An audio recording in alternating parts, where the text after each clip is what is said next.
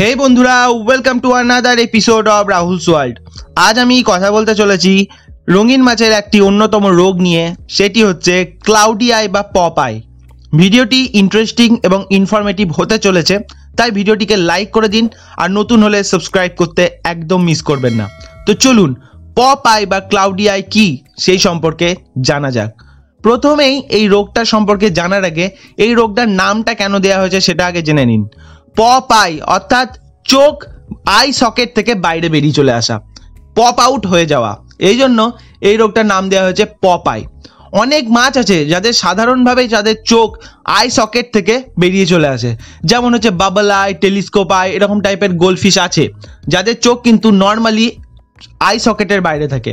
কিন্তু সাধারণ যে সকল মাছ, গোল্ডফিশ, অন্যান্য গোল্ডফিশ হতে পারে, বেটা ফিশ হতে পারে, অ্যাঞ্জেল ফিশ হতে পারে, হর্ন হতে পারে, বিভিন্ন ধরনের মাছ হতে পারে, তাদের নর্মালি চোখ কিন্তু আই সকেটের মধ্যেই থাকে।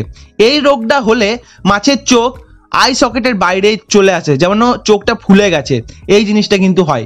তো এই রোগটা হলে মাছের চোখ আস্তে আস্তে আস্তে আস্তে আস্তে খারাপ হতে থাকে। এই কারণের জন্য এর নাম দেওয়া হয়েছে pop I. Cloudy I can তাহলে? এই রোগটা হলে মাছের চোখ ঘোলাটে হতে থাকে। মাছের চোখের একটা আস্তরণ থাকে, যে আস্তরণের নাম বলা হয় কনজাংটিভা। এই আস্তরণটি আস্তে আস্তে আস্তে ইনফেকশন হয়ে ঘোলাটে হতে থাকে এবং একটা সময় চোখটা নষ্ট হয়ে যায়। এই জন্য এই রোগটার আরেকটা নাম হয় ক্লাউডি আই। তো কিভাবে এই রোগটাকে ট্রিটমেন্ট করব, কি কি কারণের জন্য এটা হয় সেটা আগে জানা যাক। এটার কারণ হচ্ছে জলের কোয়ালিটি। আপনার ট্যাঙ্কের জল যদি খারাপ হয়, জলের পিএইচ যদি ফল করে যায়, জলে যদি অ্যামোনিয়া লেভেল বেড়ে যায়, এই সকল কারণ যদি হয়ে থাকে তাহলে কিন্তু আপনার মাছের এই রোগটা হবে। আর একটা কারণ হচ্ছে ট্যাঙ্কের মধ্যে ডিজলভ অক্সিজেন যদি কমে যায়, তাহলেও কিন্তু এই রোগটা আপনার মাছের হতে পারে। এটা সাধারণত ইনফেকশনের জন্য হয়। তো সেই জন্য আপনি কিন্তু এই রোগটা যদি আপনার মাছের হয়ে যায় একদম অ্যাভয়েড করবেন না। আপনি আপনার মাছের ট্রিটমেন্ট শুরু করে দিন এবং আপনার মাছ হয়তো এক সপ্তাহের মধ্যেই সুস্থ হয়ে যাবে। আদারওয়াইজ কি হবে, আপনার মাছের চোখ কিন্তু নষ্ট হয়ে যাবে এবং যখনই মাছের চোখ নষ্ট হয়ে যাবে মাছ কিন্তু স্ট্রেসে চলে আসবে। সে এমনিতেই কিছু দেখতে পাবে না, ট্যাঙ্কের মধ্যে যেখানে সেখানে ধাক্কা খাবে, যেখানে সেখানে ঘুরে বেড়াবে এবং আলটিমেটলি মাছটা স্ট্রেসে আসার জন্য মারা যাবে। তো সেই জন্য আপনাকে কিন্তু কেয়ার করতেই হবে এবং ট্রিটমেন্ট শুরু করে দিতে হবে। তো কিভাবে ট্রিটমেন্টটা শুরু করবেন সেটা বলা যাক। প্রথমেই আপনার যখনই বুঝতে পারছেন মাছের পপ আই বা ক্লাউডি আই হয়েছে, তখন কি করবেন? তখন আপনি দেখবেন এখন যেটা ছবিতে দেখতে পাচ্ছেন এক্স্যাক্ট এরকম হবে। চোখের উপরের ভাগটা ঘোলাটে হয়ে যাবে, চোখটা বাইরের দিকে বেরিয়ে চলে আসবে, এই জিনিসটা হবে। তো এই জিনিসটা একদম শুরুতে যদি আপনি ট্রিটমেন্ট করে নেন তাহলে মাছের চোখ কিন্তু ঠিক হয়ে যাবে, রিকভার হয়ে যাবে এবং মাছ আবার দেখতে পাবে। আদারওয়াইজ মাছের চোখ কিন্তু অন্ধ হয়ে যেতে বাধ্য। তো যখনই এরকম সিচুয়েশন চলে এসছে, তো আপনার ট্যাঙ্কে যদি অন্যান্য মাছ থাকে তাহলে ঠিক আছে, তারা যদি সুস্থ থাকে, তাদের কোনো রোগ না হয়, তাদেরকেও আলাদা করে নিন এবং ট্যাঙ্কের জল কমপ্লিটলি চেঞ্জ করে দিন, 100% জল চেঞ্জ করে দিন। এবং আপনার যে অসুস্থ মাছ, সেই অসুস্থ মাছকে এবার আপনি একটা হসপিটাল ট্যাঙ্কের মধ্যে ট্রান্সফার করুন। হসপিটাল ট্যাঙ্ক কি, আপনি যদি আমার চ্যানেলে পুরনো হন তাহলে জানেন, এবং যদি আপনি নতুন হন তাহলে বলে দিই, হসপিটাল ট্যাঙ্ক হচ্ছে এমন একটা ট্যাঙ্ক যেখানে আপনার মাছের সুস্থ হওয়ার জন্য তাকে ট্রিটমেন্ট করা হবে, মাছকে ট্রিটমেন্ট করা হবে এবং এটা একটা আইসোলেটেড বা কোয়ারেন্টাইন ট্যাঙ্কও বলা হয়ে থাকে। তো এখানে আপনি ট্যাঙ্কে ট্রান্সফার করে দেবেন। এই ট্যাঙ্কটা মোটামুটি 2 ফিটের হলে খুব ভালো হয়।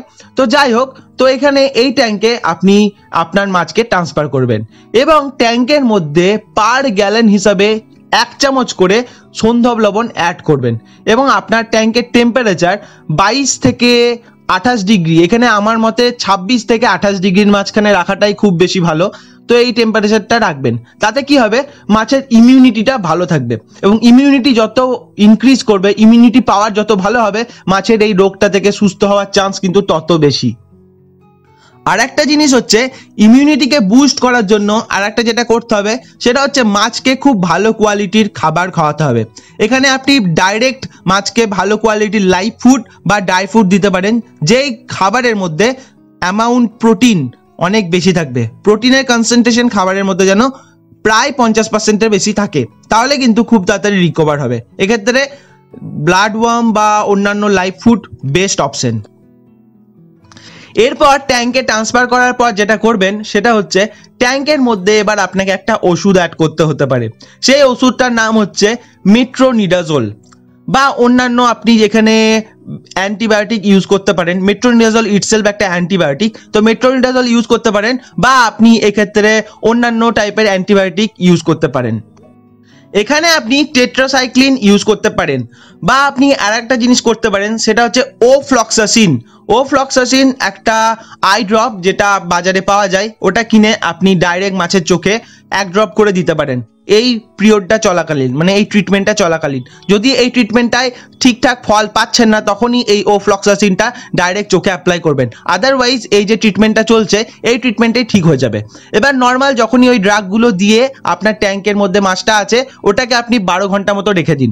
12 ঘন্টা ট্যাঙ্কের মধ্যে ওফ্লক্সাসিন বাদে, ওফ্লক্সাসিনটা পরে দেবেন, যে অ্যান্টিবায়োটিকগুলো দিতে বললাম, ওই অ্যান্টিবায়োটিকগুলো দিয়ে আপনি মোটামুটি ট্যাঙ্কের মধ্যে রেখে দিন।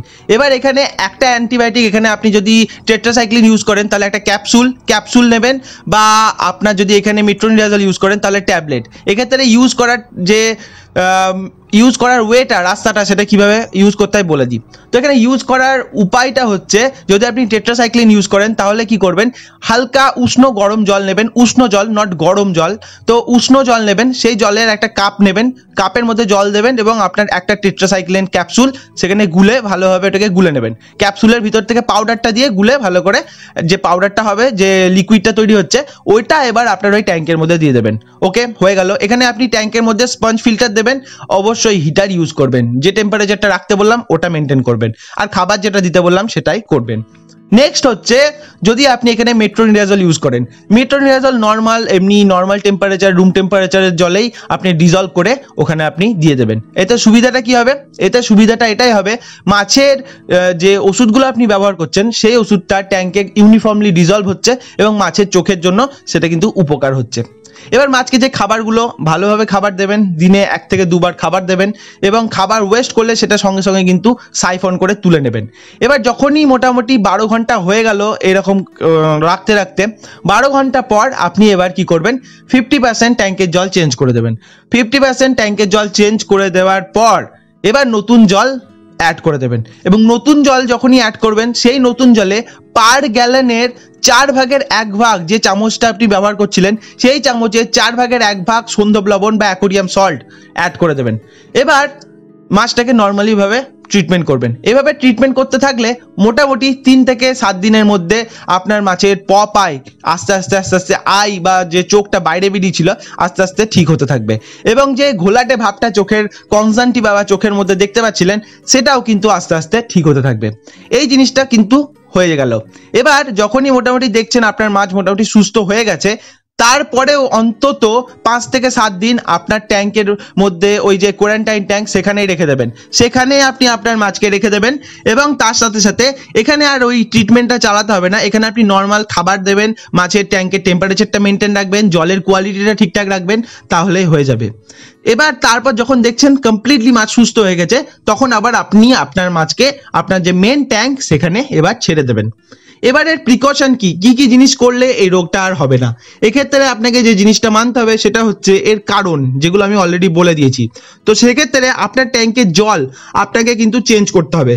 পার উইক 30%, অর্থাৎ 30% জল আপনাকে প্রত্যেক সপ্তাহে পাল্টাতে হবে, না হলে কিন্তু ট্যাঙ্কে অ্যামোনিয়া লেভেল বেড়ে যেতে পারে, এবং ট্যাঙ্কের মধ্যে যে সকল নোংরা তলায় পড়ে থাকে সেগুলো ভালো কোয়ালিটির ফিল্টার লাগিয়ে সেগুলোকে পরিষ্কার করে নিতে হবে। তাও যদি না হচ্ছে, তাহলে আপনাকে নিজে ম্যানুয়ালি পাইপ দিয়ে সাইফন করে সেগুলোকে ক্লিন করে নিতে হবে। এই জিনিসগুলো আপনাকে করতে হবে।